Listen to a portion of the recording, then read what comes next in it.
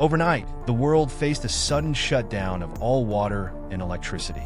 Temperatures dropped drastically to between -60 and 70 degrees Celsius.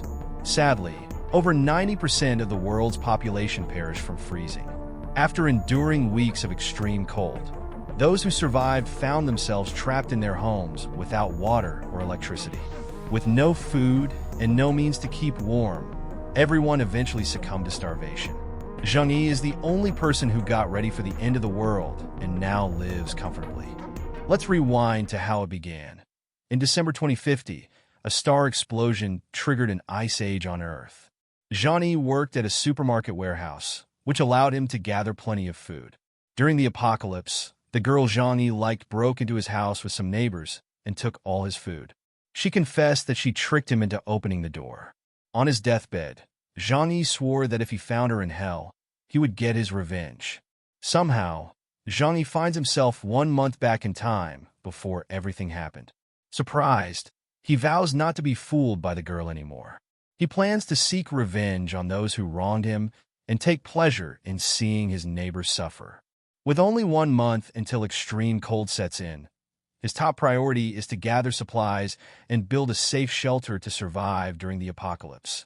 While contemplating his strategy, Zhang Yi experiences a strange phenomenon. He discovers he can teleport things to a different dimension, like in a video game. His plan is to stockpile an entire Walmart's worth of food, ensuring he never runs out. With only 1 month left before the apocalypse, Zhang Yi wants to quickly eat all the delicious food. Otherwise, he won't have a chance in the future. He splurges on a lavish meal at a fancy restaurant, charging it to his credit card, confident that his problems will soon be solved. The girl he had feelings for, Yu Qing, who betrayed him in his past life, notices his extravagant spending. Her friend remarks that she's lucky because Zhang Yi does everything for her, and he must be from a wealthy family. Yu Qing, who had deceived him before, appeared innocent but ended up taking everything from him, including his trust. Zhang Yi wants to confront her immediately, but knows it would lead to trouble. He decides to bide his time until the end of the world to take action. Zhang Yi shows his bank card to the girls and invites them to go shopping at the supermarket. He uses them to help carry things and to show he has money. They agree happily, hoping to gain something from it. Wondering why he's buying so much food, they ask him.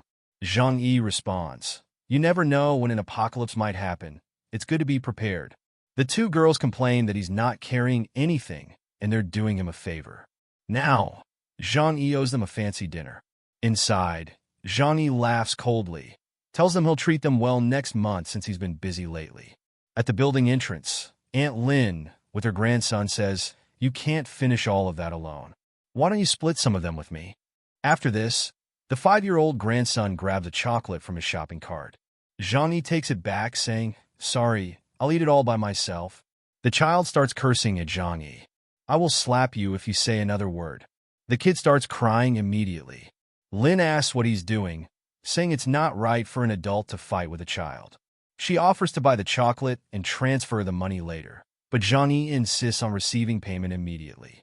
He shows his QR code and says, "Not later now, or go to the market to buy it." He leaves, leaving Aunt Lin angry. Arriving home, Yu Qing winks at him, and the two remind him not to forget about them. Zhang Yi slams the door in those two gold diggers' faces. After dismissing the two, Zhang Yi stored all the purchased food to check if it would spoil over time. He still had much to do, like building an impenetrable fortress with heating devices and medical supplies. It would also help if he could acquire some weapons. The Ice Age was looming with only a month remaining. He needed to sell everything quickly and acquire more supplies. The following day, as he inspected the stored food, Zhang Yi found that vegetables, meat, and living fish couldn't be preserved, but the food remained fresh. Filled with this knowledge, he called the best local restaurant and ordered 500 full meals for delivery, explaining that he was hosting a 3-day, 3-night feast and needed a large quantity of food. His next move was to locate his property deed and visit the bank to mortgage his apartment. Knowing that money would soon lose its value after the apocalypse, Zhang Yi opted for a loan, using his apartment as collateral. He planned to repay the loan within 3 months. Despite the manager warning about high interest rates, Zhang Yi didn't seem bothered. He secured a loan of 4 million and agreed to pay back 7 million in 3 months, or else risk losing his house and car. After that, he visited the top security company. A manager approached and offered assistance. Zhang Yi explained his idea of constructing a secure shelter for the apocalypse. The manager showed different plans for him to choose from. He insisted on using aviation-grade materials for reinforcement, bulletproof glass for the balcony, and installing an air filtration system along with a 360-degree surveillance system without any blind spots. He also requested the front door to be as strong as bank vault doors. Additionally, he inquired about acquiring some weapons. The manager was surprised by these requests, especially the need for weapons. He assured him that he could arrange everything except for the weapons. Zhang Yi envisioned the house turning into a fortress with these upgrades. The total cost for the final plan was over 8 million, and the work will begin soon. Next, he needed to obtain some weapons for self-defense. He called the owner of a hunting club and managed to get some crossbows as weapons. As soon as he returned home, the 500 full meals he had ordered also arrived on several trucks. This caught the attention of many people in the neighborhood, as they were delivery trucks from a 5-star hotel, which would cost at least 1 million or so. Yu Qing plans to trick him into proposing to her, just so she could enjoy the money. But Zhang Yi knows the devil's motives. After some time, his house was filled. Wasting no time, he put everything into storage space. Basically, he wouldn't need to worry about delicious food for years of his life. The following day, the workers from the security company arrived to begin constructing the safe house. This spectacle drew the attention of numerous neighbors, who teased Zhang Yi, questioning if he had taken the wrong medicine. But he paid no mind, convinced that when the time came, they would see who had the last laugh. Later, he visited his company's manager and purchased a portion of the medicine supplies, offering double the market price to secure priority in buying everything, even items already promised to other companies. He also plans to take all the Walmart stocks in less than a week. On his way back home, he saw Yu Qing flirting around with another guy. She also spread words that Zhang Yi made her carry heavy stuff that got her back pains.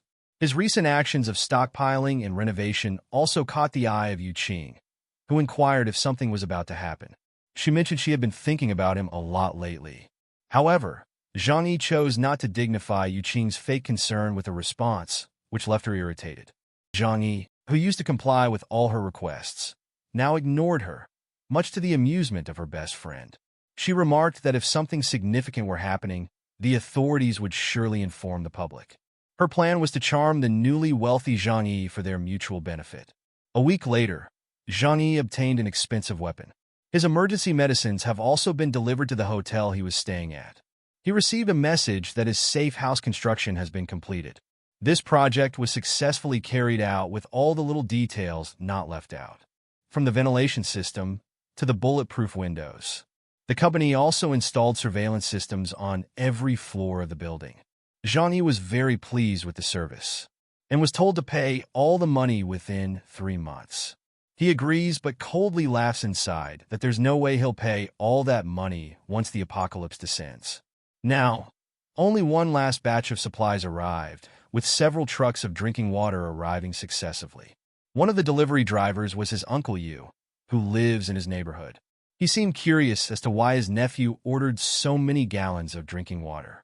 In his past life, Uncle Yu was one of the few good people who helped a dying mother with her son, so he whispered to him that the weather this year is going to be very cold, so you should stock up on supplies to prepare as soon as possible. Hearing this, Uncle Yu couldn't help but take it seriously. But his friend pulled him away, stating that he shouldn't believe Zhang Yi. But you trust Zhang Yi. In the upcoming weeks, Zhang Yi used his time to buy resources, gather extra supplies, and practice archery every day. With just 3 days remaining until the extreme cold set in, the weather was already strange. The big moment arrived. Zhang Yi, the stock supervisor, brewed tea at his workplace and invited all his colleagues for a break.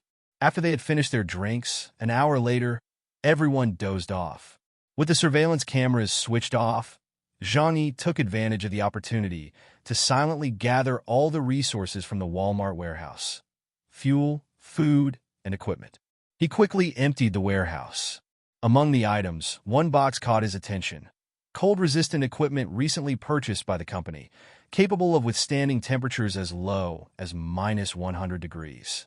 To carry out his perfect plan, Zhang Yi drank a special tea that made him fall asleep and then joined his co-workers.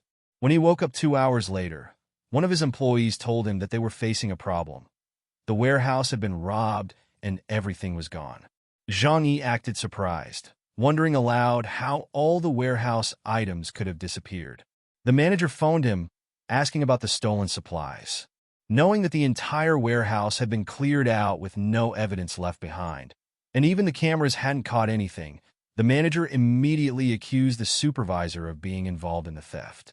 Zhang Yi nervously smiled and denied any involvement, saying he wasn't skilled enough to pull off such a scheme.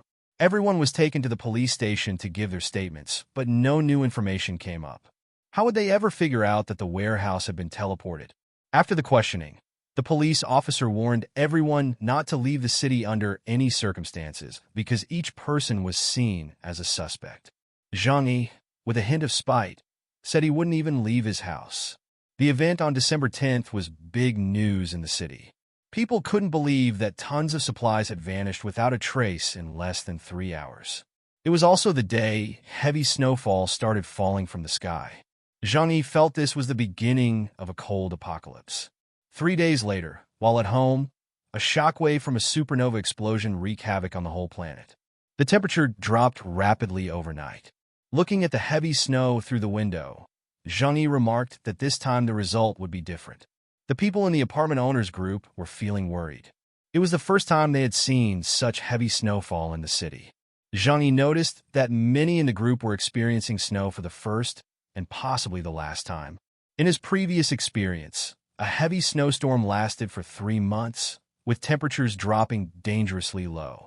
This led to unfortunate deaths for those who hadn't prepared enough food in advance. On the second day of the severe cold snap, the thick snow had already piled up to a height of 1 meter at the entrance of the residential area. Despite cranking up the heater to the maximum, people inside their houses still shivered from the cold. However, Zhang Yi, who had prepared several pieces of heating equipment beforehand, felt comfortably warm. After a good sleep, Zhang Yi was awakened by the ringing of his phone. It was a call from Yu Qing, asking if Zhang Yi knew about the sudden temperature drop, given his habit of stocking up on supplies every day for the past few months, and wondering why he hadn't informed her, knowing how much she liked him. She complained of being freezing cold and resorting to eating instant noodles. Hearing this, Zhang Yi laughed and hung up the phone, leaving the annoyed Yu Qing on the other end. She boldly sent a message asking for food, and seizing the chance, Zhang Yi decided to playfully tease her. He sent her a picture of a juicy steak with a glass of wine, which she quickly recognized as high-quality Wagyu beef and an expensive French wine. Suddenly craving a tasty meal, she asked Zhang Yi if she could have it, but his response was that if she wanted it, she had to go to the market and buy it herself. Despite feeling angry, she calmed down because she needed to please Zhang Yi to be able to visit his place too. After that, he just ignored her and went back to enjoying his meal. It was at that moment, while watching the building surveillance cameras on his iPad, that he saw the scene. Lin, the building manager, was advising people not to panic or fight over food. She assured them that the extreme weather would last at most 2 or 3 days and that the neighborhood committee would assist everyone during this time. Lin warned against excessive hoarding of supplies, stating that it was prohibited and would be reported to the authorities if discovered. However, Zhang Yi questioned how she could be certain that the heavy snowfall wouldn't last long. Other residents also wanted to know, expressing concerns that if they didn't stock up on supplies now, Aunt Lin would be to blame if they ran out of food. Lin then stated that the neighborhood committee would take responsibility for this issue, then pointed to Zhang Yi to divert attention, just to tell him not to cause trouble. He didn't care about the threats and went back to his super safe house. Days passed, and the snow continued to fall outside. Aunt Lin asked young Zhang Yi, a member of the building group, to clear the snow from the building's entrance. Zhang Yi responded that it would be futile, comparing it to trying to dry a river with a bucket. Declining Lin's request, Zhang Yi suggested she seek assistance from wealthy residents in the neighborhood. Lin became furious, interpreting Zhang Yi's suggestion as a provocation. In frustration, she stated that, on behalf of the neighborhood committee, this is an order, and anyone who opposes it will be blamed by the committee for any problems. He questioned why Lin hadn't reached out to the wealthy residents in the neighborhood for assistance instead. He recommended that Lin ask Chen Zheng for advice on clearing the snow. Chen Zheng is a construction boss who has workers specifically for this kind of job. Su Hao, who lives on the 8th floor, comes from a wealthy and well-known family. They have connections with important people. Lin decided to message both group members to help clear the snow, mentioning them in the chat. When Chen Zheng saw the message, he became immediately upset with Lin and Zhang Yi, feeling like they were acting as if they owned the place. Su Hao sent a voice message to the group saying it wasn't his concern and he didn't have to work. Then he sent a picture to show how busy he was. Lin was very angry at Su Hao's response, but didn't question anything. Instead, she blamed Zhang Yi for the confusion. Zhang Yi didn't bother responding and ignored the conversation. Lin was so mad that she called Zhang Yi directly to complain. He threatened her that if she kept talking nonsense and bothering him, he would harm her. Trembling with fear, she hung up and didn't say anything more in the group. While he was eating, a loud noise came from the front door. Chen Zheng was outside, shouting angrily, "You are acting all tough in the chat, turning others against me in the group. I'm going to get you now, punk." Reacting quickly, Zhang Yi grabbed his bow and headed for the door. Chen Zheng was kicking at the door aggressively. Zhang Yi took aim through the door crack. Initially targeting his chest, Zhang Yi reconsidered. He didn't want to end things too quickly. That would be dull. Instead, he aimed for Chen Zheng's leg and let the arrow fly. Peeking through the peephole, Zhang Yi saw Chen Zheng writhing in pain on the floor. If left untreated, Chen Zheng's leg could be permanently crippled. Chen Zheng fled in pain, shocked that the little troublemaker nearly ended his life. With the cold weather, Chen Zheng could die if not treated in time. Infection could slowly claim him. Terrified, he dialed emergency services, but the heavy snow made any help impossible. So, he resolved to treat himself, taking advantage of the numbness from the cold to remove the arrow from his leg. Then picked up the phone again to threaten Zhang Yi in the group chat, telling him that "I will definitely kill you." Zhang Yi responded confidently, asking him who he thinks he is dare to provoke me again, and I will cripple your other leg. This exchange shocked the onlookers in the chat group. Nobody in the area dared challenge Chen Zheng. This was the first direct confrontation. Enraged, Chen Zheng summoned all his employees to the building, armed and ready for retaliation. Before long, a crowd of people, each wielding their own weapon, gathered at his house. The bald guy led all the gangs to Zhang Yi's house. They were angry and wanted to kill him for disrespecting their boss. They started attacking the wooden door, but the bald guy's knife broke. He realized the door was made of metal and wondered how many enemies Zhang Yi had. It seemed like his house was more secure than a bank. Watching from security cameras, Zhang Yi noticed the attackers looked weak and hungry. This made him think of a plan. Zhang Yi grabbed a water hose from the kitchen and turned it on. The workers outside, not understanding what was happening, thought it was safe since it wasn't an arrow. But the hose sprayed cold water on them. Many fell to the frozen ground, and only a few escaped. Zhang Yi felt satisfied with the outcome. In such freezing weather, cold water was more dangerous than weapons. In Chen Zheng's house, 3 people who managed to escape gathered together, shivering from the cold. Chen Zheng, feeling angry, demanded to know what had occurred. They revealed that they had failed to capture the boy because he had outsmarted them by installing a strong steel door that couldn't be broken into easily. Additionally, he had sprayed cold water on them through a hole in the door. Chen Zheng declared that Zhang Yi couldn't hide forever and ordered some men to guard his door continuously. If Zhang Yi attempted to leave his room, they were instructed to eliminate him immediately. At the entrance of the building, Uncle Yu led a group of people to clear the snow blocking the way into the residential area. Their plan was to create a path to the supermarket for restocking food. However, they soon realized that, as Zhang Yi had warned, they couldn't shovel as fast as the snow was falling. After some time, they gave up and decided to head back. Watching their efforts, Zhang Yi remarked that human strength couldn't match the force of such a large snowfall, despite the reassuring messages on television claiming the country was winning against the snow disaster. Zhang Yi alone knew the grim truth. 95% of the global population had frozen to death in this catastrophic snowstorm. Meanwhile, his former crush messaged him, expressing concern for his well-being.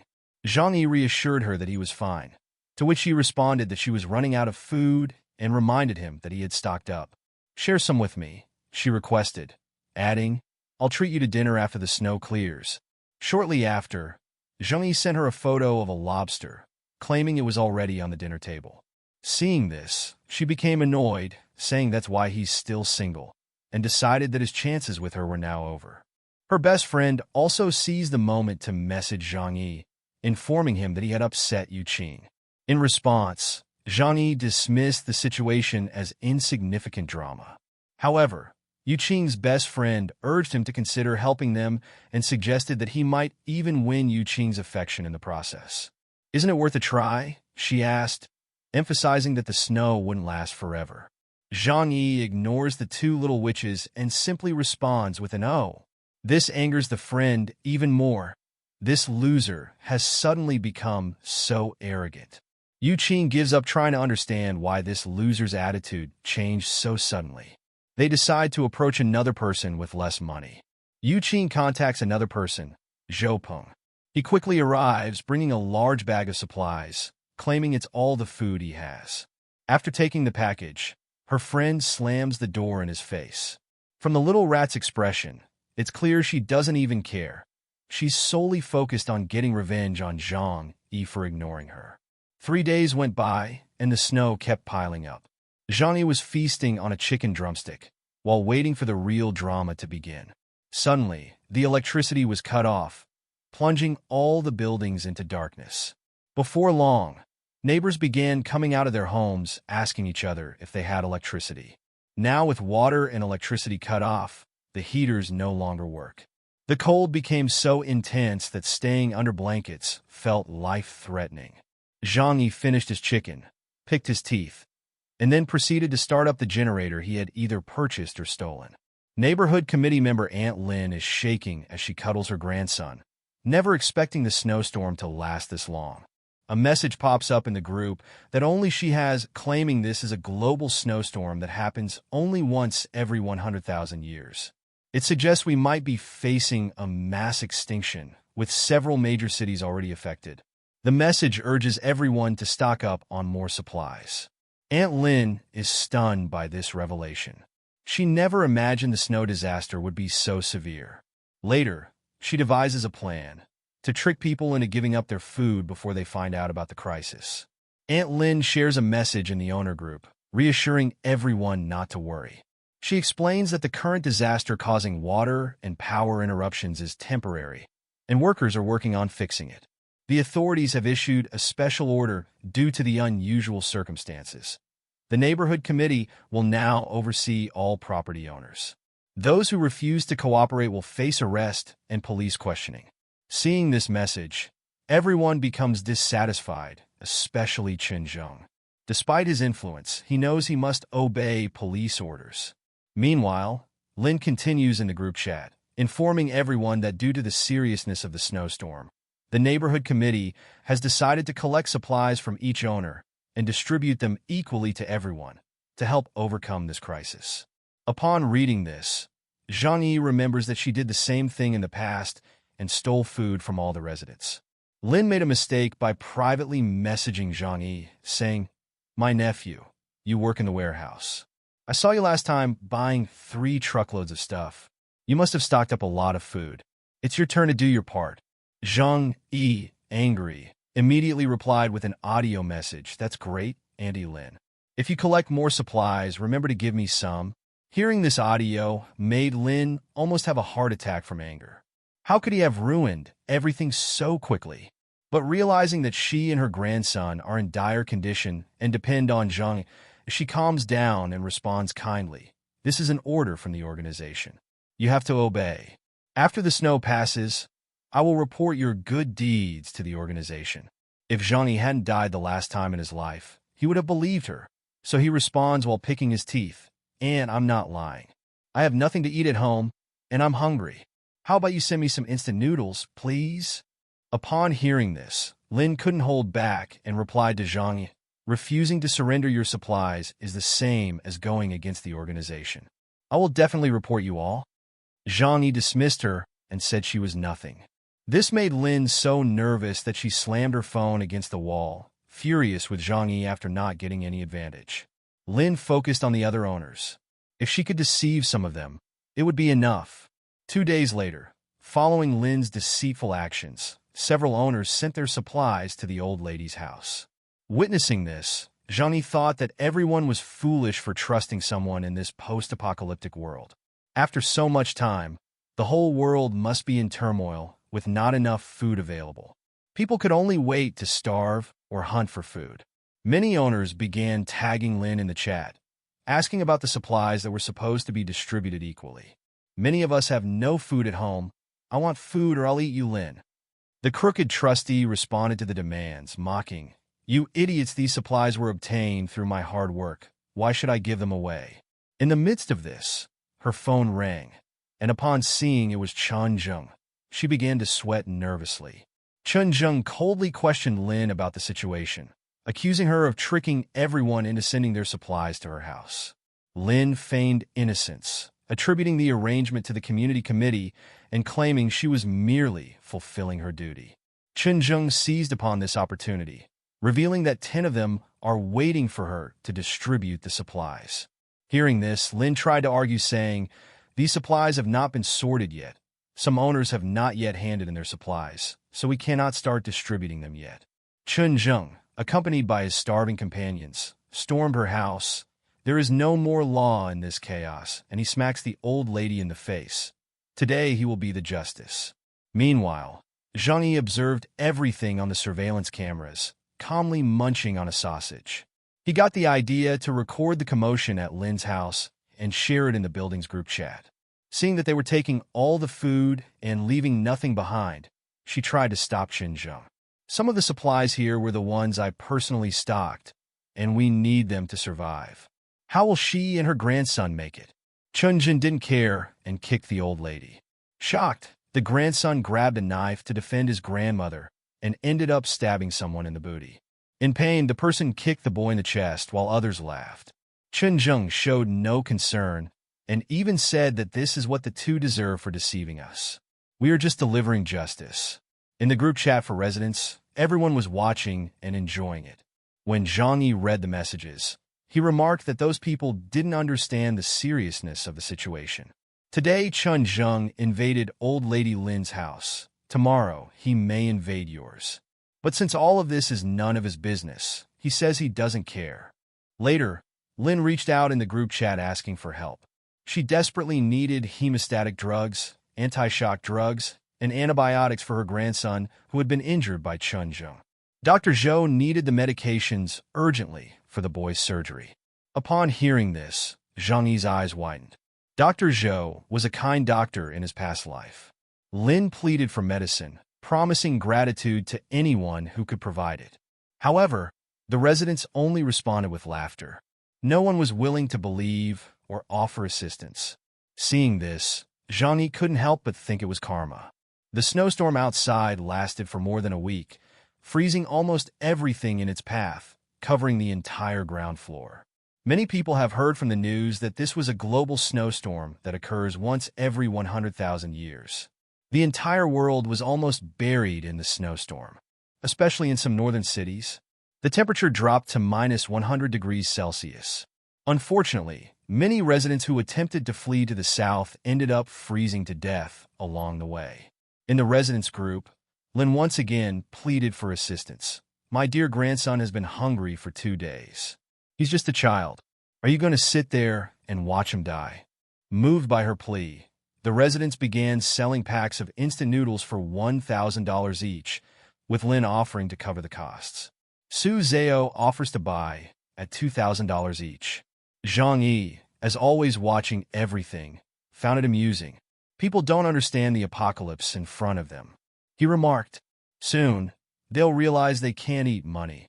Meanwhile, Su Zhao, wealthy and well-versed in survival, began purchasing food from those selling it, understanding that money will soon hold no value in this apocalyptic world. A single mother also reached out for help in the group. She shared her desperate situation, explaining how her daughter was on the brink of starvation and appealing to everyone for assistance. Zhang Yi notes that this woman, in his past life with her daughter, survived for a long time, so there's nothing to worry about. It's been 10 days since the freezing cold hit.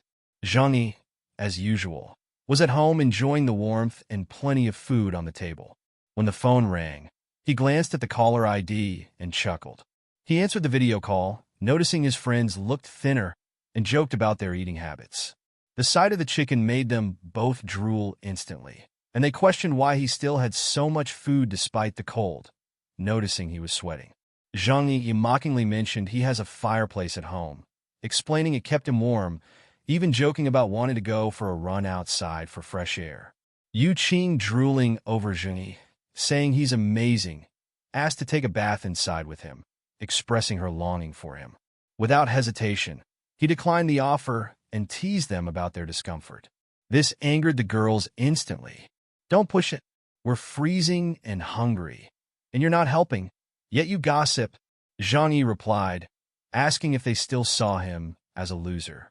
He advised them to find food elsewhere and quickly ended the call. Yu Qing, furious, threw her phone to the ground. Suddenly, her perception of Zhang Yi shifted.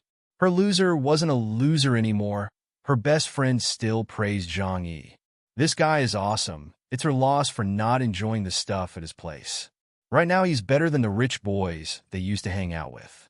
The two ended up in a fist fight because the girl wouldn't accept being called dumb. Meanwhile, the government stopped concealing the news of the snow disaster and made a TV announcement. To address everyone's electricity needs, power supply would only be accessible during the night. However, the voltage would be enough only for low-power devices since all major power plants are shut down and electricity is scarce. Everyone should rely solely on their cell phones and a lamp or two. Electric showers are not recommended. It's now widely known that the ice disaster has no end date. Yet, amidst despair, there's someone trying to sell a pack of noodles for 5,000. Nonetheless, Zhang Yi remains unbothered, enjoying a glass of wine on his balcony.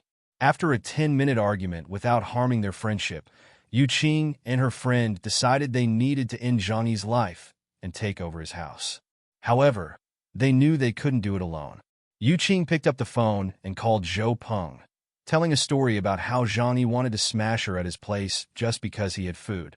Angered by this, Zhou Peng agreed that Zhang Yi deserved retribution. Seeing Zhou Peng's anger, Yu Qing manipulated him further into joining her to rob Zhang Yi's house. In no time, the three of them arrived at his door, each holding a kitchen knife hidden while knocking. Watching everything through the cameras, Zhang Yi spotted the ultimate loser and realized none of them were aware of the cameras. They knocked and asked to trade the medicine they had for food. Angry at their attempt to deceive him, Zhang Yi decided to act aggressively, grabbing the hose to spray water on them and put an end to the issue. However, he changed his mind when he saw the overflowing trash can. He pretended he was about to open the door, which made the three haters happy. But instead of opening the door, he used the hose to spray sewage on them, leaving everything covered in garbage, saying that's the food they deserve. Zhou Peng furiously struck the door, but didn't scratch it. His hand was hurt. Laughing it off, Zhang Yi communicated through the speaker that the door was made of steel and they couldn't open it. After a while, Zhang Yi decided to give up on them and went to sleep. However, he suddenly woke up to the sound of a gunshot. Even though he knew that sooner or later the law of the jungle would be put into practice, the sudden shot still startled him. Checking the surveillance camera images on the tablet, he realized that Chen Zheng and his employees were going from house to house, stealing supplies. Many faced the same fate he had in his past life during the apocalypse. Chen even sent photos of what he could do to the building groups and claimed that he now controlled all the buildings. Watching the situation through the surveillance cameras, a new group was formed where several residents denounced Chen Zheng's actions in the chat, stating the need to go against him soon. Zhang Yi was also added to the group and read the messages, finding amusement in it all. A retired veteran proposed leading an attack against Chen Zheng, receiving support. The veteran uncle suggested that they needed young volunteers to ensure security and weapons. A woman in the chat immediately sent an audio asking, "Aunt Lynn stole from us the other day. Can we trust Uncle and give him weapons?" This divided the residents into two groups, with half wanting to go after Xinjiang and the others just not trusting Uncle.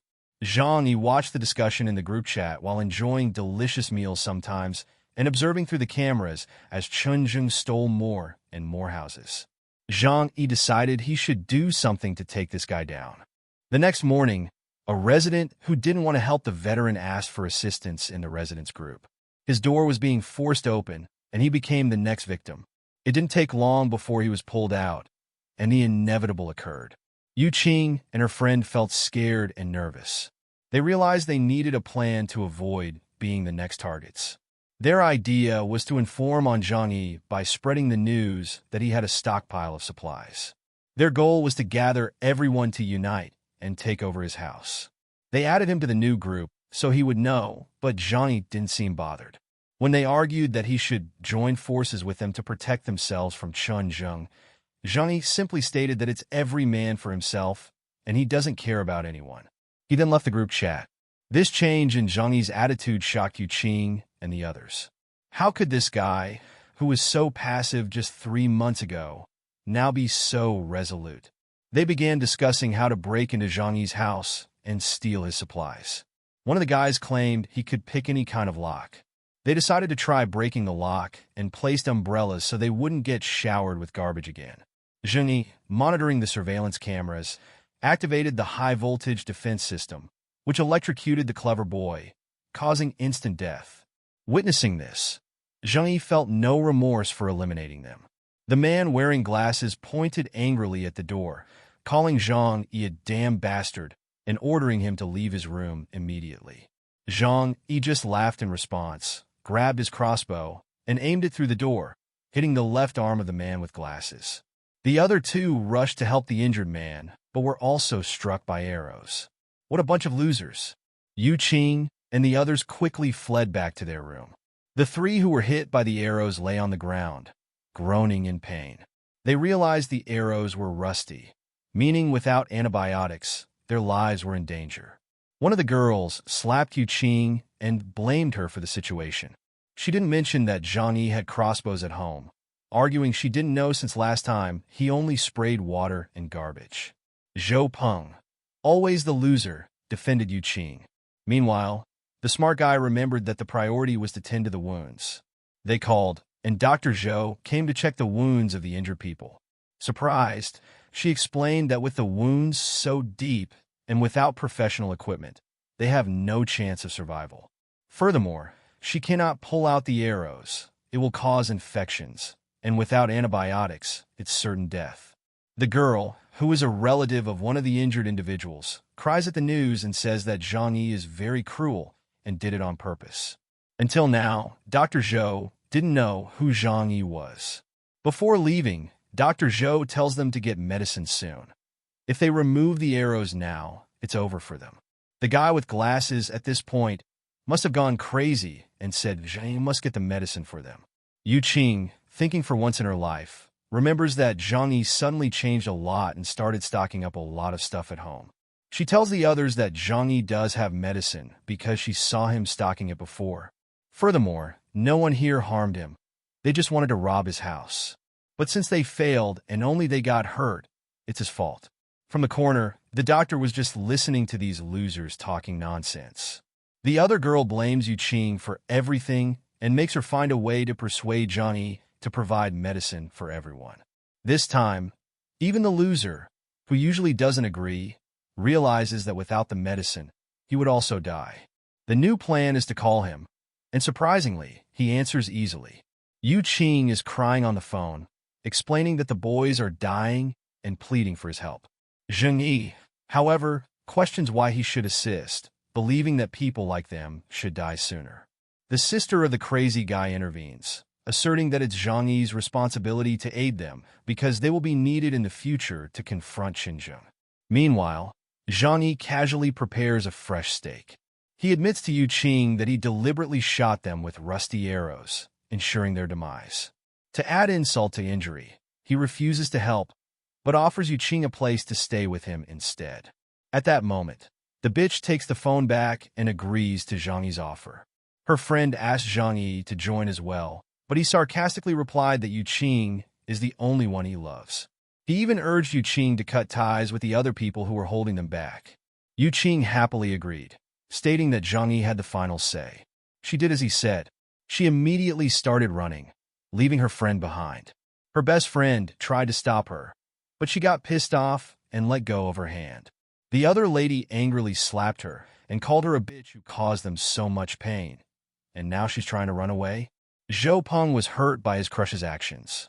He reminded her that she hated Zhang Yi the most and wanted to be his woman instead. Yuqing responds that there's nothing wrong with seeking her happiness. She explains that she was only temporarily working with them. She convinced the loser to let her be happy if he really loves her, especially now that he can't provide anything for her. The simp's sister consoles him after the heartbreak. Fang Yuqing, why should you receive all the benefits? The friend intervenes and tackles her to the ground. The two women agree not to let Yuqing go because she's being selfish. Meanwhile, Dr. Zhou tells the boys that she only gave them temporary treatment for their wounds. Without proper medication, infections are likely to develop later on, so they need to be prepared. The boy with glasses hasn't given up. He tells everyone that he still has a plan to deal with Zhang Yi. He starts by mentioning that there's a fireplace in Zhang Yi's home, indicating he has stockpiled a lot of fuel. Additionally, the video shows plenty of food in his room. It's clear they can't confront him directly now, so it's better to spread the news so the entire unit knows. This means hundreds of people, along with Chun Zheng, will gather to raid Zhang Yi's house to get a share of the resources. This idea angers Yuqing, who had planned to live with Zhang Yi. She's only concerned about her own selfish future, despite being the cause of all this trouble. She was almost slapped again, but was defended by the boy she had hurt. His sister tries to reason with him, saying he's defending a woman who broke his heart and threw herself in the arms of another man. But the boy insists he truly loves Yuqing and believes that by impressing her every time, he can win her over eventually. What a hopeless romantic. The loser tells the bitch to not be afraid. He'll always be there for her. Wang is angry about this and decides to write in the group to let all the neighbors know that some people are still living a very luxurious life, which she thinks is selfish and shameless. She also sent photos and videos showing Zhang Yi's luxurious lifestyle and asked everyone to talk about how they should deal with this situation. Chun Zhen and his friends crave for the food in the pictures. Chun Zheng wants to use this chance to settle old scores with Zhang Yi. Everyone flooded Zhang Yi's phone with messages. Some accused him of selfishness, while Aunt Lin, threatening her authority as head of the neighborhood committee, demanded that he relinquish all his resources to her for redistribution. Meanwhile, Su Hao proposed moving into Zhang Yi's house, offering his assets valued at over $1 billion in return. Amidst this barrage of texts, Zhang Yi calmly enjoyed a tasty home-cooked meal. Reflecting on the accusations, he couldn't help but think about how these people chopped him for dinner in his past life. Rather than engaging with their irrational demands, he chose to focus on his meal, leaving others to wonder if he feared their threats. Aunt Lin and other hungry neighbors branded him a selfish and stubborn individual for not sharing his resources. Zhang Yi found amusement in their messages as he relaxed in his fortress-like home, even indulging in a glass of red wine to ease his laughter-induced sore throat. After a long day full of drama, Zhang Yi feels bored staying at home every day. He wants to go out in the snow. He recalls having a few snowmobiles in storage. Even though it's not possible for him to leave now, he's optimistic that in the future, when he's safe and secure, he'll be able to go out and enjoy the fresh air. Suddenly, he receives a text from Dr. Zhou informing him that her food and medicine supplies have run out. He recalls from his past life that Dr. Zhou died because she gave her last food to a lady who had a daughter.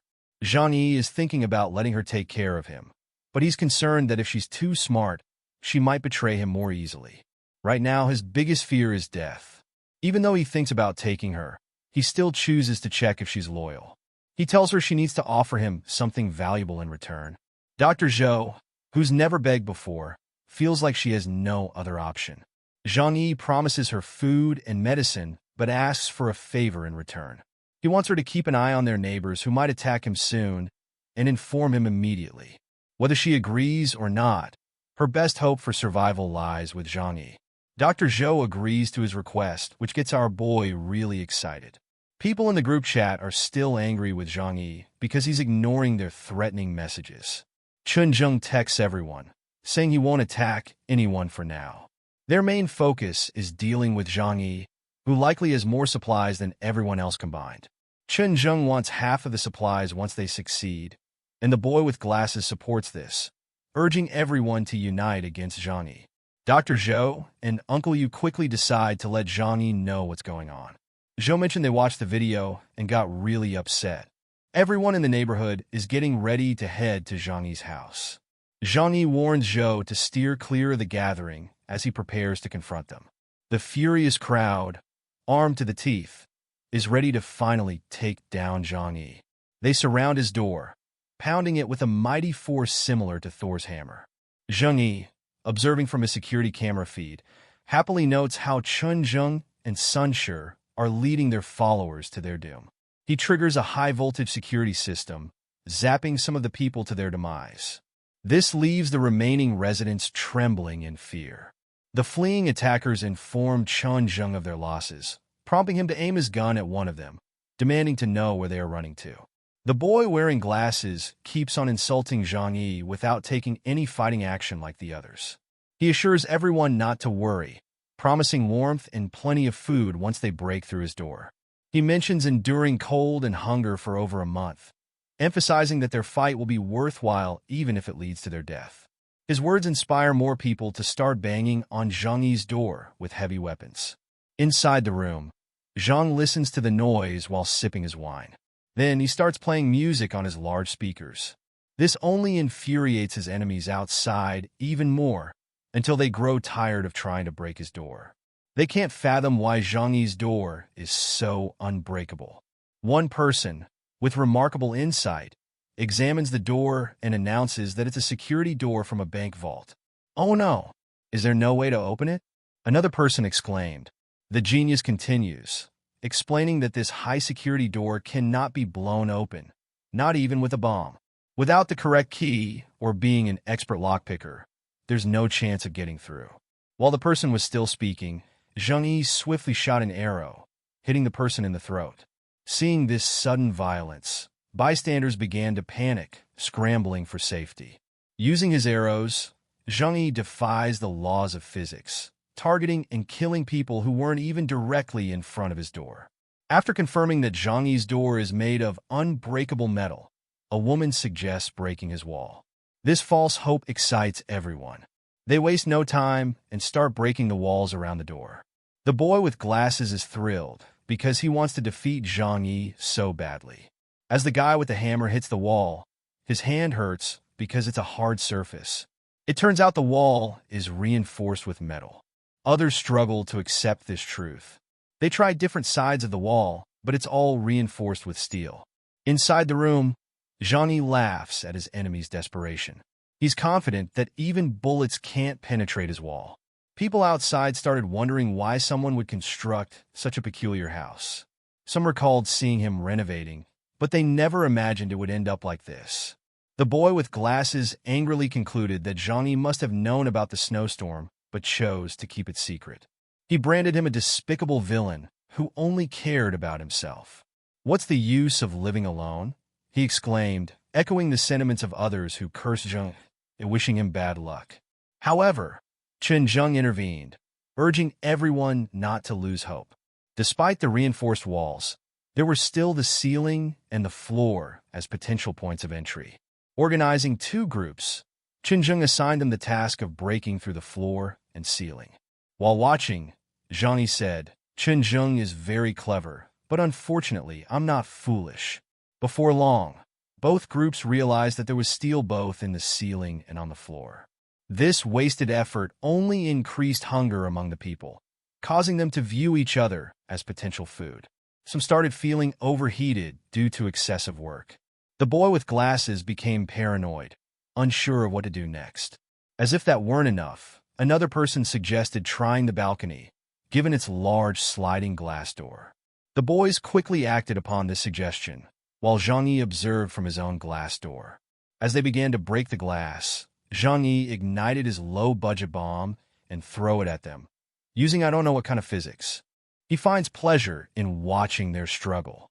One of the guys who was burning throws himself off the building. Zhang Yi watched everything without feeling guilty. The others tried to return to the apartment next door, but their friends stopped them, fearing they might also get burned.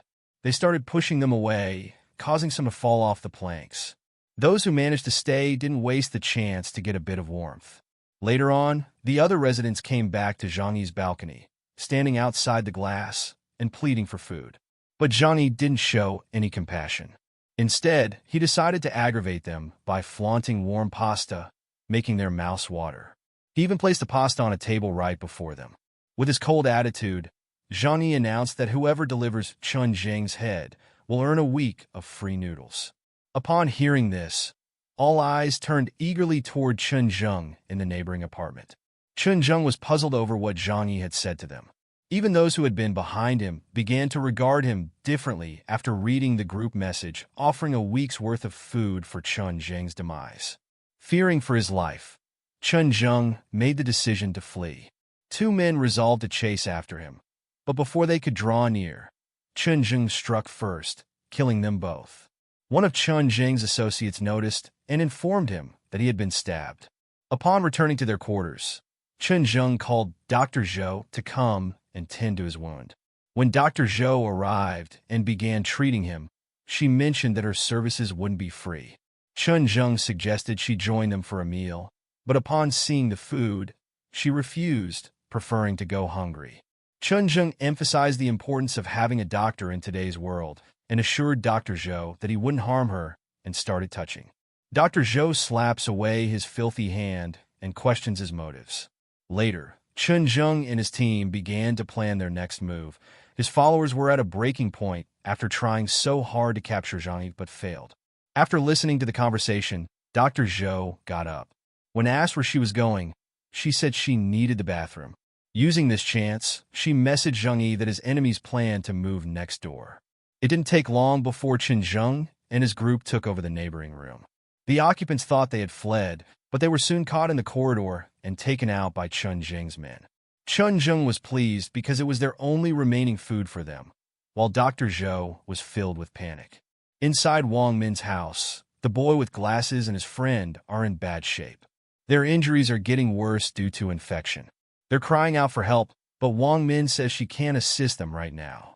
As days pass, Chun Zheng is running out of food and bullets, but the mission to capture Zhang Yi remains unchanged. Zhang Yi labels Chun as a coward who intimidates a bunch of folks into being his henchmen, just to save himself from getting hurt. He reaches out to Dr. Zhou to check on the current situation. The doctor tells him things have gotten worse. Chun and his crew are barging into people's houses, devouring whatever they can get their hands on. They've been on the prowl every day. She mentions she hasn't had a bite to eat in 2 days and is nearly starving. Zhang Yi resolves he can't let Dr. Zhou perish. She's still highly valuable. Zhang Yi decides to offer her the opportunity to live with him, but he requires her to complete one task beforehand. Out of fear of dying, Zhou Peng went to knock on Zhang Yi's door, asking him to leave if he's not brave. Zhang Yi only frightens him more by describing how the infection is eating away at his flesh. Peng was furious and wanted to kill Zhang Yi, but upon learning that his own life was in danger, he gave up and returned to Yu Qing's room. Yu Qing thought Peng intended to harm her. Instead, despite being on the verge of death, Peng still proposed to her that as expected. Yu Qing refused. She wrinkled her nose in disgust at Peng. She slapped him, which he couldn't bear. He grabbed her by the neck, declaring that since he was going to die, they would both die together and love each other in hell. Yu Qing slapped him again, calling him foul-smelling and repulsive. Unable to tolerate her insults, Peng tightened his grip on her neck, blaming her for his impending death. Meanwhile, Dr. Zhou is all set to begin her mission, or else she risks becoming Chun Zheng's target. She offers to assist with cooking, which Chun Zheng interprets as a kind gesture, unaware of her true intentions. Chun Zheng instructs her to help the person cooking. While she's chopping wood, The cook decides to leave her unattended in the kitchen. Capitalizing on their lack of suspicion, she takes advantage of the situation and adds sleeping medicine to their food. Later, everyone is served the meal, and Dr. Zhou pretends to serve herself the unappetizing human flesh. Chen Zheng is pleased, thinking Dr. Zhou is now part of their team, as everyone begins eating. However, Dr. Zhou announces that she will eat in the kitchen instead. Dr. Zhou poured nearly half a bottle of sleeping pills into the food. Just one pill can make someone fall into a deep sleep within half an hour. Now, she's waiting for the medicine to take effect in their bodies. It didn't take long before everyone was fast asleep. Dr. Zhou took this chance to text Zhang Yi that she had put everyone to sleep with the pills and asked what to do next. Zhang Yi instructed her to move them to the balcony. After she finished moving them all, she felt cold and asked Zhang Yi if he was going to finish them. Zhang Yi replied that he wouldn't do it himself. Instead, she would have to do the dirty work. He tosses a rope to her and tells her to get Chen Zheng's gun. Then, he instructs her to use the ropes to tie everyone's hands behind their backs to the railing. The woman says Zhang Yi is too careful and can't even assist her. Zhang Yi says being cautious is better than risking it. Dr. Zhou follows orders, tying the men to the railing. As she's about to get Chen Zheng's gun, Zhang Yi panics, telling her to take out the gun's magazine and give it to him along with the gun before stepping back. Dr. Zhou asked Zhang Yi if she could trust him, expressing concern about the possibility of betrayal. Zhang Yi's response was blunt. "You have no choice but to trust me." Immediately, the girl removed the magazine from the gun and handed everything to Zhang Yi. After confirming that it was Chen Zheng's gun, matching what he had seen on his security footage, Zhang Yi returned to his apartment without saying a word. He came back with a hose pipe and splashed water on Chen Zheng and his men. Dr. Zhou was surprised by Zhang Yi's intent to freeze people to death, but acknowledged that it was an effective method for ensuring safety. After getting soaked with water, Chen Zheng and his companions regained consciousness. Confused about the situation they were in, Chen Zheng soon realized they had been drugged. They were now shivering in the cold, unable to break free from the ropes binding them. Spotting Zhang Yi from the adjacent apartment, Chen Zheng saw him smirk and warned that they'd caused enough trouble. It was time to meet the King of Hell.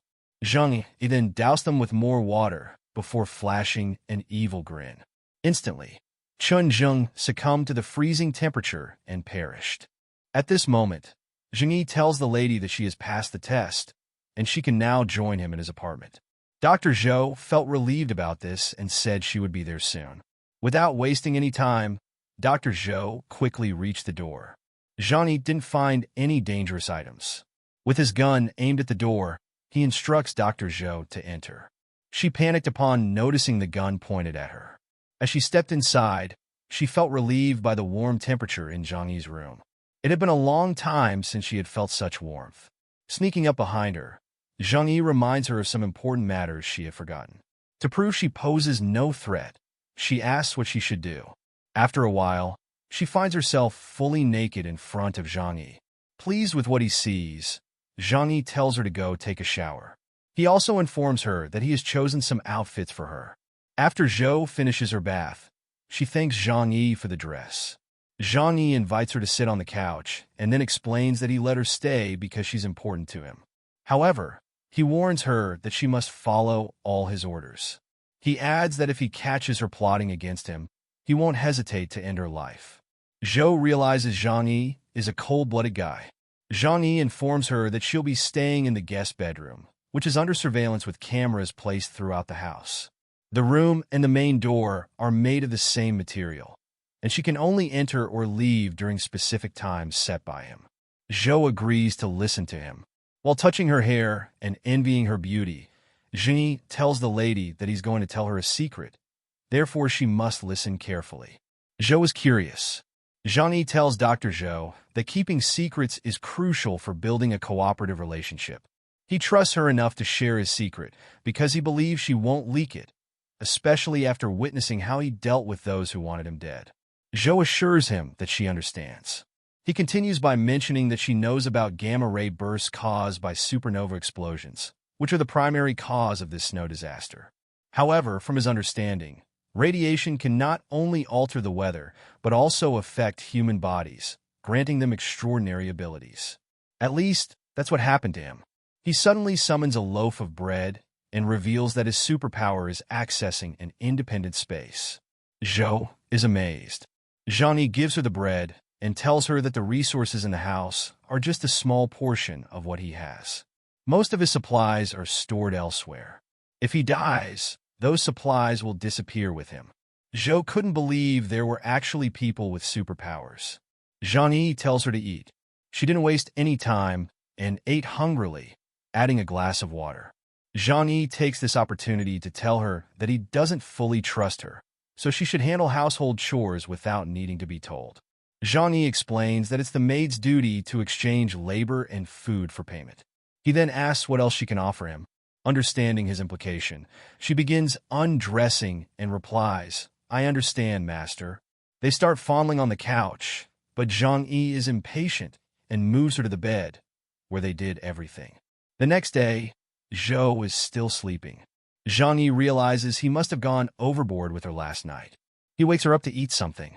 After gathering her belongings, Dr. Zhou enjoys a burger in the living room with Zhang Yi, who watches her like a true master. He asks if she's done eating. She replies she hasn't eaten enough yet, but knows it's not good to eat too much at once to avoid stomach problems. Zhang Yi throws her a special jacket and asks for her help with some work. "What are we going to do?" she asks. He answers coldly, "Let's go smash that lump of ice." He passes the bat to the lady. She asks why they need to do this when the people are already dead. He replies that trash remains trash even in death, and this act will serve as a warning to the others. They need to know who the boss is now. He opens the glass door and tells Zhou that, for the sake of their unbreakable cooperation, it is her time to shine. Nervous, she tells him he's being too cautious. She then walks towards the lump of ice and begins breaking it. Our boy was busy filming instead of helping. Zhou asks if he is recording, and Zhang Yi confirms, saying he has to show the dishonest people in the building who the boss is now. Zhou continued smashing the ice. Later, the video was already circulating in the group chat. People were celebrating instead. They were happy that Chunjun was finally dead. Zhang Yi sent a voice message announcing that Chunjun was gone. From now on, this building would be under his control. People began praising him for getting rid of that devil. Someone took the opportunity to ask Zhang Yi for food, but he ignored the request after receiving an unexpected call. He was surprised to learn that his old flame was still alive. As he answered the call, Yuqing asked if he was seeing another girl.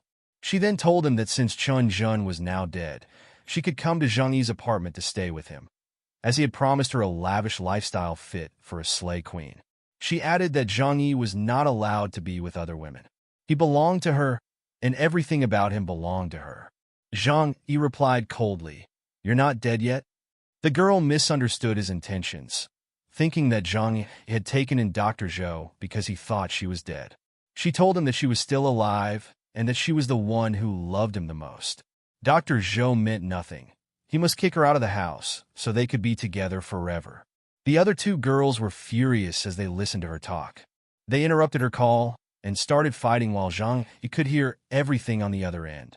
Zhou told Zhang Yi that she wouldn't end up like the two cockroaches and that he must trust her. He was moved by this and then gave an evil smile, thinking that if Yuqing saw him with Zhou right now, she would be pissed. While the three girls were wrestling, Zhang Yi told Yuqing that she's a good girl, but unfortunately, she came too late. He had already found a better woman who was taking care of his needs. He then forwarded a cozy picture of himself and Zhou and asked Yuqing to wish them happiness. Seeing their pictures together made Yuqing very mad. She began telling Zhang Yi that she loves him the most and added that Zhou is just deceiving him and doesn't truly like him. She begged Zhang Yi to give her one chance to prove that she's the one who truly loves him. Zhang Yi replied with a very cold answer that put Yuqing in her place. He said Dr. Zhou and he share a genuine love and that Dr. Zhou is better than her in many aspects. "How could I even give up Zhou for you? Do you think you are worthy?" He added that she must not contact him anymore to avoid Dr. Zhou thinking that he has a side chick. Yuqing couldn't believe that Zhang Yi, who had always chased after her and devoted himself to her for a full 2 years, was now tossing her aside for a better girl. She blamed Dr. Zhou for snatching her man away, but her best friend told her that it was her own fault for being presumptuous. This was karma coming back to bite her. The other girl also added that she deserved whatever was happening to her. On the other hand, Zhang Yi expresses that he has had enough fun with Yuqing and sees no need to bother her anymore. He believes she'll soon meet her end in the apocalypse. Gently, he grabs Dr. Zhou's hand and asks if he's being too cruel. Dr. Zhou replies that she knows he has his reasons for acting this way, which pleases Zhang Yi, as he feels understood by her.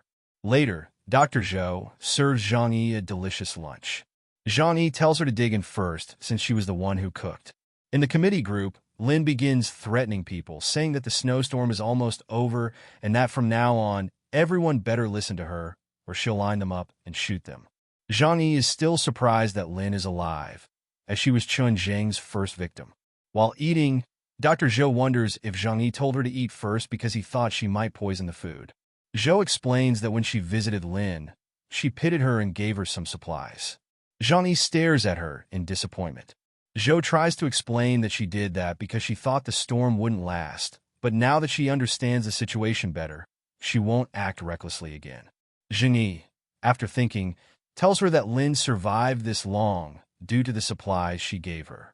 Zhou adds that the child Lin was taking care of passed away 10 days ago due to lack of medication. Suddenly, they both notice a guy laughing in the neighboring building. At that moment, the guy jumps off the building. Witnessing the snowstorm, Zhou asks Zhang Yi if it will ever end. Zhang Yi doesn't know either, as the changes in nature are beyond human control. What matters to him is that they must survive. Suddenly, he receives a call from Uncle Yu. Uncle Yu asks how he's doing. Zhang Yi tells him to stop being polite and get straight to the point. If there's something he can help with, he will definitely do it. Zhang Yi wants to keep Uncle Yu close because he's one of the few good people. He's loyal, honest, and skilled. Having him around will be useful in the future. Uncle Yu asks Zhang Yi for a favor. Xiao Li Mei's daughter is seriously sick, and they need some medicine at home. Zhang Yi thinks about how Uncle Yu has stayed single all his life. Li Mei, with her youthfulness and attractiveness, probably made the first move on Uncle Yu, who couldn't resist. Zhang Yi doesn't hesitate. He tells Uncle Yu to come by later to collect the medication. Uncle Yu is very pleased and thanks Zhang Yi, saying he'll help him whenever he needs it. Zhang Yi tells him not to be too formal, as he considers him like a real uncle since they've known each other for a very long time. Zhang Yi praises Li Mei for making such a bold move. In the whole building, only Uncle Yu listened to his advice and managed to stock up on supplies. It seems Li Mei survived on Uncle Yu's supplies. Dr. Zhou asks Zhang Yi if he has a close relationship with Uncle Yu. Zhang Yi replies that Uncle Yu is a kind and powerful person, and having him owe a favor could be useful in the future. After saying this, Zhang Yi takes a big sip of red wine. A moment later, there is a knock on Zhang Yi's door. Uncle Yu is there with Li Mei and her sick daughter. As he checks the surveillance camera, Zhang Yi wonders why Li Mei has come as well. Li Mei explains that her daughter has a persistent fever, and they need help with medication. Zhang Yi throws the medicine through a hole in his door and tells them to quickly give it to the child, because being sick in times like this is no small matter. Uncle Yu picks up the medicine and happily thanks Zhang Yi, but his bitch doesn't seem satisfied. She starts yelling at Zhang Yi, asking him to let them stay with the baby in his room, since he has a heater keeping him warm. Their house is very cold, and she begs Zhang Yi to show them some kindness. While standing by the door, Zhang Yi hesitates to help Li Mei because she seems like a gold digger. He tells her that during this critical time, he can't let anyone enter his apartment. Life is too expensive to satisfy some random gold digger. Uncle Yu also tells Li Mei that she should be grateful because Zhang Yi has been considerate by giving them medicine. Now, they just have to go back to their house and keep themselves warm.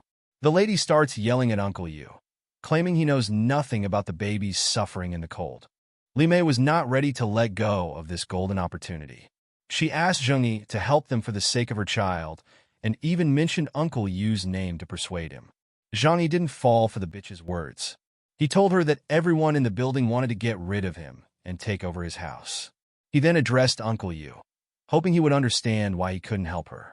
Uncle Yu tried to reason with Li Mei, but she was too stubborn, insisting that since Zhang Yi allowed Zhou to stay in his apartment, he must help them as well. Zhang Yi responded that Zhou is his girlfriend, no question about it. Zhou looked nervous and started blushing after hearing Zhang Yi defend her. Uncle Yu told Li Mei to stop bothering Zhang Yi and leave. This time she listened. Uncle Yu apologized to Zhang Yi and thanked him for helping them. Zhang Yi replied that it was totally okay. He understood. After a long talk, Zhang Yi complained to his girlfriend that having Li Mei around brought quite a bit of trouble. She agreed with him and started giving him a massage. Zhang Yi hoped that Li Mei wouldn't ruin his good relationship with Uncle Yu. If that happened, it would only harm Zhang Yi in the future. As they arrive home, Uncle Yu starts shouting at Li Mei for trying to take advantage of Zhang Yi to take care of her child. Li Mei replies that everything she's doing is for the sake of her child. Once the child is dead, she sees no point in living. Uncle agrees, but insists that she must know how to repay kindness. He points out that if it weren't for Zhang Yi, he wouldn't have stocked up supplies. Uncle Yu is determined to find a great way to repay Zhang Yi's kindness. Li Mei looks furious as she listens. She tells Uncle Yu that he shouldn't feel obligated to Zhang Yi, especially since Zhang Yi is still watching out for him. Uncle Yu asks why she is being so ungrateful to someone who helped her. She replies that it wasn't much help, just some medicine. She adds that Zhang Yi did him a small favor on purpose, hoping to get something in return someday. She also mentions that Zhang Yi killed a lot of neighbors, showing what a villain he is, and that his home is large enough for 3 people.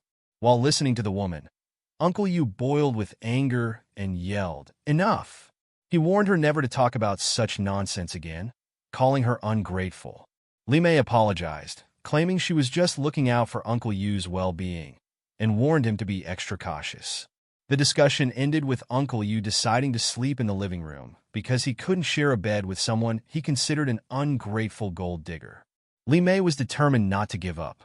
She planned to seize another opportunity to get into Zhang Yi's home, promising her baby that she would do whatever it took to ensure their survival. Outside the building, some men dug up the snow from the entrance and entered, ready to start a conflict. In the corridors, an unlucky man was walking with a bucket when he noticed these mysterious people. He immediately dropped the bucket and started running. The thugs chased him and struck him with a shovel on the neck, killing him. Their leader decided to leave the corpse and come back for it once they were done. The group arrived in front of Zhang Yi's door. Their leader confidently told Lao Luo to open it. Lao lit a bomb, placed it on Zhang Yi's door, and ran away. The huge explosion woke Zhang Yi from his sleep. He immediately grabbed his firearm and checked his iPad for the security cameras. He saw unfamiliar faces and realized they must be intruders from another building.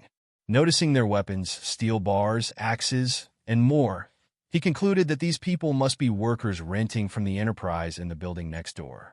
As the intruders returned to Zhang Yi's door, inside the house, Zhang Yi walked toward the door with his firearm. He realized that because they were targeting him specifically, information about his home had been leaked. The group leader criticized Lao for doing a poor job, saying nothing was destroyed. Lao defended himself, stating he had flawlessly prepared explosives. Another member suggested breaking the door open with their weapons. Zhang Yi was furious that they intended to kill him. He gripped his own explosive, a mix of chemicals that burned at over 1,000 degrees Celsius, and threw it out the door. Seeing the fire, everyone scattered. However, Lao and others caught fire. As they begged for help, Zhang Yi used his firearm to kill them, leaving them lifeless. Zhang Yi was relieved he hadn't bought a machine gun, as he would have run out of bullets quickly. He realized that the Ice Age had already eliminated most of the weak. That means future enemies would be tougher. He needed more powerful weapons to feel safe. Entering the bedroom, Zhou trembled in fear. Zhang Yi reassured her, and she, with tears in her eyes, pretended she hadn't been scared, saying she thought there was an earthquake and hid in the corner for safety. Zhang Yi retorted she would have been dead if it was an earthquake. She asked Zhang Yi what had happened earlier. She wanted to know if their new enemies were more dangerous than Chen Zheng. Zhang Yi answered that the man was only using the gun to intimidate regular folks. In times like these, the workers, renowned for their physical prowess, were certainly more tightly knit than outsiders. Zhang Yi felt relieved that they had dealt with the man who could have set off the bomb. Otherwise, they wouldn't have felt secure enough to sleep at night. Dr. Zhou questions about their next move, suggesting the possibility of retaliation. Zhang Yi agreed that retaliation was necessary, but stated he wouldn't personally take direct action. He emphasized the importance of having some individuals serve as cannon fodder if they wished for future peace. In the owners' group, people started asking about the loud explosion they heard. One person thought it might be an earthquake, while another thought it was a meteorite falling. Then, Zhang Yi messaged the group chat saying that earlier, a group of workers from Building 26 had barged in, trying to cause harm and chaos. He managed to stop them and drive them away, but unfortunately, Zhang Meng from the 10th floor was killed, and the attackers had explosives. Now a neighbor is worried about how to deal with the gangs, especially since many residents are dead, and most of those left are elderly, weak women, and children. The other person started praising Zhang Yi, saying he's a hero who ensures their future safety. Zhang Yi replied, saying he spent most of his resources fighting enemies, and now even his own safety is uncertain. He wished everyone good luck, then called Uncle Yu. As soon as Uncle Yu answered, he asked if Zhang Yi was okay and if the gangs from Building 26 were armed, and wondered if Zhang Yi needed help. Zhang Yi responded, emphasizing the need for caution for safety reasons, and pretended he didn't have any plans for revenge at the moment. This prompted Uncle Yu to inquire further about the enemies to plan a countermeasure together. He wants to team up with Zhang Yi to deal with them. Zhang Yi asked if Uncle Yu meant forming a group like Huang Tian to unite against outsiders. Uncle Yu agreed, saying it would improve their chances of winning. He added that he would suggest this in the group chat to see how many people were willing to join. Zhang Yi advised against it, saying people might think he had ulterior motives and get offended. Uncle Yu then asked what they should do instead. Why rush? We have enough resources at home. Just wait, Zhang Yi replied. He added that the Tianhe gang would definitely come for revenge since he had killed some of their members. When that happens, the neighbors in the building will naturally come to Zhang Yi and Uncle Yu for help.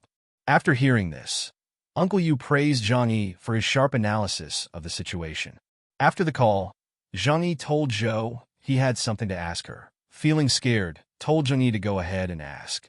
Zhang Yi gently touches her face and tells her that, while the neighbors are flattering him outwardly, deep down, they all fear and hate him. There are some things he can't handle alone, so Zhou and Uncle Yu are now responsible for covertly gathering intelligence for the next few days. The sooner they understand the power dynamics in the neighborhood, the better their advantage. Dr. Zhou joyfully agrees to do her best. 2 days later, Zhou, dressed like an anime idol, reports to Zhang Yi about the information she has compiled from Uncle Yu and gathered on her own. Writing on the whiteboard, she states that the most challenging issue is the Tianhe gang from Building 26 next door. This gang is built around the core of the construction team under the Tianhe group. Their combat prowess is formidable, relying mainly on shovels and steel bars as their primary weapons, without access to firearms. The only other organization that poses a greater threat is 21. The two leaders, Wang Chong and Xiao Lu, were idling at home before the disaster struck. Their subordinates are generally young, strong individuals in their 20s known as the Mad Wolf Gang. After listening, Zhang Yi observes that there aren't many residents left in the other apartment buildings. This is likely due to either despair-driven suicides or internal conflicts caused by shortages of supplies, which have significantly reduced their numbers. Zhang Yi touches Zhou's shoulder, which excites her. He then encourages her to continue gathering intelligence, particularly about the firearms in their possession. This is crucial for minimizing the risk. Meanwhile, in the Tianhe gang's apartment, their leader praises them for doing an excellent job. Since they can't deal with Zhang Yi at the moment, they decide to take out the weaker residents in the building first. Messages started flooding Zhang Yi's phone. People in his building were scared and began blaming Zhang Yi for causing the mess. They insisted that he should take care of his own problems without dragging them along. One person wrote that the enemy said they wouldn't stop killing until Zhang Yi shows himself, urging Zhang Yi to step forward alone. Zhang Yi had expected the weaker residents in his building to switch sides so quickly. Zhang Yi replied in the group chat, saying that he didn't invite the attackers into the building and that he was simply a victim of their assault. He wondered why everyone was blaming him and involving him when they couldn't handle the attackers themselves. This led to everyone insulting Zhang Yi, which made him very angry. In response, he sent mean texts stating that he didn't care about their survival or demise and that nobody should lecture him about conscience since none of them were innocent. They had all attacked his home. He then sent a voice message warning everyone not to think he was afraid to deal with them individually. Someone in the chat asked what he should do, mentioning that he thought he was finally free after Chen Zheng's death. But it seemed the Tianhe gangs were even worse and more ruthless than Chen Zheng. Zhang Yi added that the snow disaster wouldn't go away anytime soon, and that everyone was going to die. After saying this, he called Uncle Yu and told him it was his time to shine. Uncle Yu joyfully agreed to handle it. Uncle Yu posted in the group chat, reassuring everyone not to panic because the Tianhe gang has only about 20 members. He emphasized that if they stick together, they can defeat them. People in the chat felt relieved by Uncle Yu's suggestion. One woman texted that she thought Uncle Yu might have died since he had been quiet lately. Another person asked about Uncle Yu's plan, stating they would all support him. Uncle Yu texted back, explaining that their resources were running low, they hadn't eaten for days, and they were too weak to fight. However, Zhang Yi's household was well stocked with weapons, and he was well fed and capable in combat. Uncle Yu suggested making Zhang Yi their leader and added that he would try to persuade Zhang Yi to join them. Zhang Yi was enjoying his plans while drinking a hot cup of coffee. Uncle Yu texted him, asking what to do next. Zhang Yi replied that when the time comes, he would need Uncle Yu's backing to ensure everyone follows his lead obediently. By balancing kindness and authority, they could secure the safety of the building in the future. He then sent a voice message to the group, stating that for Uncle Yu's sake, he had come to discuss matters with everyone. He wanted everyone to understand his terms and conditions. One person asked Zhang Yi to reconsider, promising to follow his orders in the future without objection. This suggestion pleased Zhang Yi, who was enjoying a freshly made cup of tea from his girl. Zhang Yi asked if they were sure about their suggestion. A guy replied that they would comply as long as Zhang Yi didn't send them to their deaths. While waiting for a slice of cake from his sweetheart, Zhang Yi questioned the group chat if they would obey him if he told them to grab weapons and fight against the Tianhe gang. He added that they were basically asking him to risk his life, so why should he be concerned about theirs? Zhou served herself a piece of cake while listening to her elusive scammer making deals. The boy tells everyone to stick their neck out to be chopped off the next time Tianhe gang comes. He then says goodbye. Uncle Yu pretends to intervene and tells Zhang Yi that they will listen to him. Since they are all facing death, they'll do whatever he says to survive. Uncle Yu addresses everyone, asking what they are scared of, and says it's better to unite and fight instead of waiting to be killed one by one. Zhang Yi was getting royal treatment from his lady while listening to all the talking. The boy then tells everyone to obey his orders from now on. If anyone shows reluctance or tries to exploit the situation for personal gain, he will take strict actions as a warning to others. After these words, he ends the call. People began tagging each other in the chat to join forces. Zhang Yi intervenes, stating that the situation is currently worse, and anyone who hesitates and stays behind is betraying all the homeowners and deserves to be punished. He then tells everyone not to worry. Since he's the one giving orders, he will not let anyone go hungry. As long as they follow his orders, he will go out and scavenge for resources. Zhang Yi thinks to himself that if they want to fortify the entire building, they need to ensure that this group of fighters has some basic combat skills. He knows he definitely needs to go out and scavenge for resources and weapons to boost their firepower. Fortunately, he still has snowmobiles in his alternate space, making transportation for their outings a piece of cake. Zhang Yi envisions himself outside, thinking that in this era of heavy snow and city lockdown, it's very difficult for people to leave their homes, but he alone can freely move around the entire city. Someone asks Zhang Yi if he's sure about going out to get resources. Another person states that he will freeze to death if he dares to do that. Zhang Yi pretends to be a loving leader, stating that he's willing to risk his life for the well-being of his followers. He tells everyone not to worry since he has worked in warehousing for many years. He knows where all the warehouses are in Tianhe City, as well as the large department stores and supermarkets. Therefore, as a leader, he will go out to find resources. Since his resources are also running low, he has no choice but to go out in the snow. Everyone in the building was touched by Zhang Yi's words. People began regretting how poorly they had treated him in the past. They decided to make Zhang Yi their guiding light. Zhou excitedly told Zhang Yi that now people were eager to enshrine him. Zhang Yi replied that they were not his followers. They were just a bunch of cannon fodder. As he stood up and started walking away, he told Zhou that with just a tiny favor, these people would worship him as a deity. Zhou asked Zhang Yi if he was really going out. Zhang Yi got ready by putting on a bulletproof vest. He reassured Zhou that the supplies at home were enough to feed her. While putting on his anti-cold jacket, he told her that he was simply looking for the right chance to venture out and observe the outside world. His sweetheart asked if she could go out with him. Zhang Yi playfully teased her and told her that he trusted her with all his heart.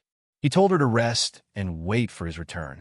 Zhou seemed unhappy about the idea of staying home alone. Zhang Yi begins walking through the corridors of the building. He opens a window on the 4th floor and jumps out into the snow. The atmosphere is very cold. He soon realizes that it's very difficult to walk in such thick snow. It's as if he is sinking. After looking up at the buildings to see if anyone is watching him, he realizes no one is, so he proceeds to summon a snowmobile. However, someone is watching him from afar as he drives away in the snow. While on the snowmobile, he anticipates that others will target him in the future to acquire it. After a long time without going outside, Zhang Yi is so happy that the first thing he gets to do is snowmobiling. After a few minutes, he arrives at the police bureau, which is half covered in snow. Since the door is fully covered in snow, Zhang Yi breaks a window glass and enters the building like a real thug. The atmosphere inside is cold, and he notices a bunch of police officers already frozen to death. Zhang Yi remarks that these policemen must have been on night shift when the blizzard hit and didn't even have clothes to keep them warm. Zhang Yi pays his respects to the people who once protected his city by covering them with a white sheet. Suddenly, Zhang Yi notices keys falling. He is happy because this means he now has full access to the arsenal of the police bureau. Zhang Yi didn't waste any time. He immediately checked which key could unlock the arsenal room. As he entered, Zhang Yi was bathed in light like an angel. The arsenal room was well organized, which made him even happier as he noticed the weapons. The room was filled with bullets, pistols, rifles, and even sniper rifles.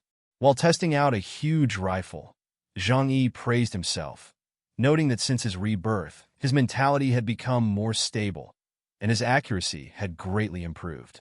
The last time he dealt with Huang Tian, almost all his shots were flawless, making him consider himself a shooting genius.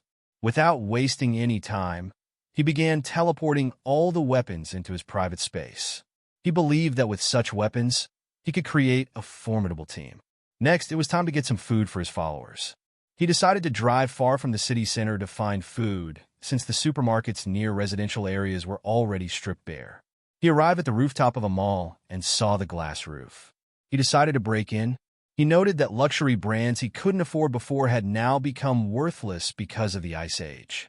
He began teleporting some useful items before heading to the first floor, where the food market was located. When he reached the first floor, he noticed that after the onslaught of the blizzard, most of the food had been ruined beyond recognition.